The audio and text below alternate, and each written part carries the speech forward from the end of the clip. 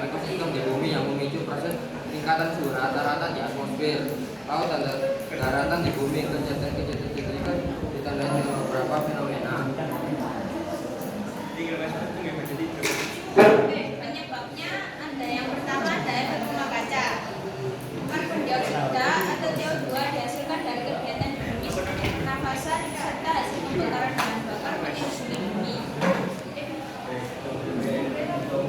Yang kedua ada efek umpan balik. Contoh dari efek umpan balik adalah penguapan air yang merupakan hasil dari proses pemanasan. Semakin banyak pemanasan yang terjadi akibat efek rumah kaca, semakin melimpah uap air yang membentuk ke atmosfer. Lalu selanjutnya ada variasi matahari. Variasi matahari adalah perubahan jumlah energi radiasi yang dilepas matahari. Mengaruhi siklus matahari 11 tahunan, siklus bintik merah, selain fluktuasi lain yang tidak periodik.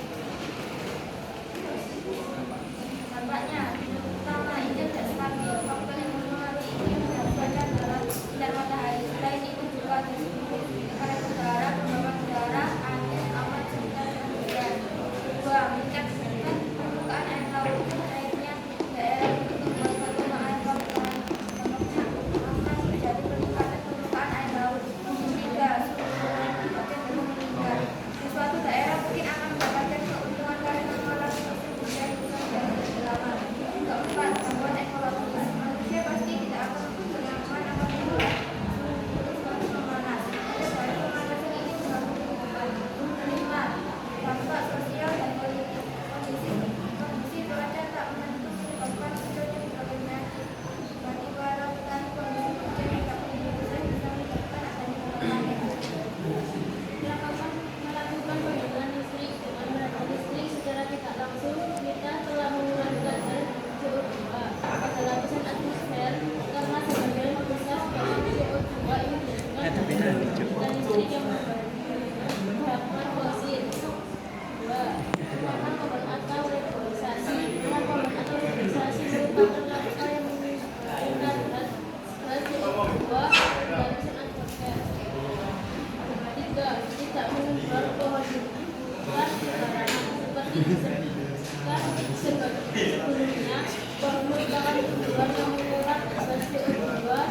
Jadi jika kita menambahnya apabila menebang dalam jumlah yang sangat banyak akan menimbulkan bahaya. Jika bulan bumi terus eksploitasi secara berlebihan dan dampak pemanasan berlebihan, maka tersebut akan semakin buruk karena tidak ada yang menyerap CO2. Kita dapat menggunakan energi alternatif guna meminimalisir hal-hal yang dapat menjadi penyebab pemanasan global. Dari gambar di sini Kita pilih gambar ini karena kita ingin mengajak kalian untuk menyelamatkan bumi dengan menghentikan global warming. Jadi di sebelah sini ada gambaran ketika kita mengurangi dan menghentikan global warming. Jadi sini itu tetap ada. Yang sebelah sini kebanyakan itu polusi, jadinya bumi kita akan kotor. Makanya pohonnya kering. Terus ini maksud dari ini adalah yang penyebabnya ketika kita buang sembarangan, terus buang sampah sembarangan, seperti itu. Ada yang ditanyakan? Mau tanya, lapisan ozon itu bisa diperbaiki lagi atau enggak? Terus gimana caranya kita nggak terus-terusan merusak lapisan ozon? Bisa dengan mengurangi rumah-rumah. Bisa dengan mengurangi dampak-dampak seperti rumah kaca, karena kan rumah kaca kan bisa memantulkan sinar matahari dan bisa merusak lapisan ozon.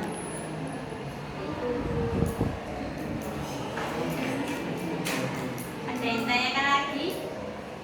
Ini mau nanya, itu kan gambarnya separuhnya biru sama hijau. warnanya merah sama oranye. Yang menggambarkan satu sisi masih bagus, kemudian satu sisi udah rusak parah. Kira-kira menurut analisis kamu negara mana yang masih seperti gambar sebelah kanan? Dan negara paling parah itu negara apa? Percaya ya, di sini kan di Indonesia juga masih banyak sebenarnya, tapi Contohnya, bagian saya yang daerah ya Kalimantan, Sumatera itu kan budayanya masih jauh-jauh. Kalimantan sekarang Oh tidak, ada ibu kota. Sulawesi, Papua, NTT. Papua iya, soalnya orang-orang suku dalamnya kan masih menjaga betul keaslian hutannya. Terus yang barat, Di Indonesia juga ada sebenarnya. Sebenarnya enggak. LGBT. Saya harus mundur. Ya, Jakarta, Bali. Surabaya nggak termasuk. Masuk. Kota-kota besar ya. Iya. Kan polusinya banyak. Kalau negara, kan Indonesia.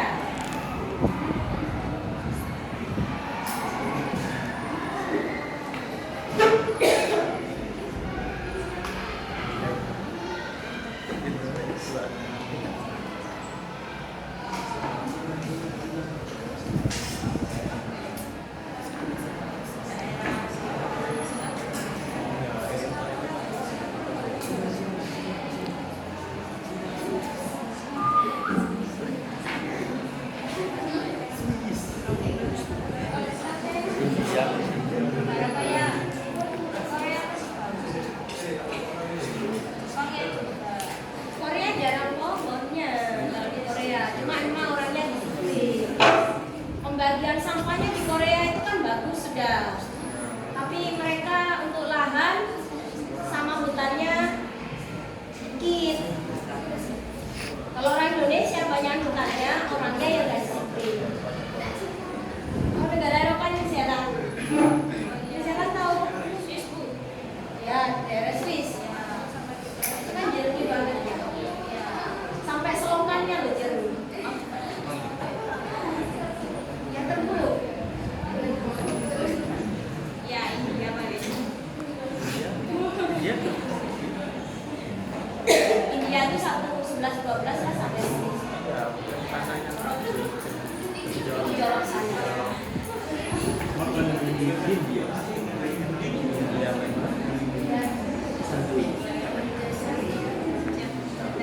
Oke, sekian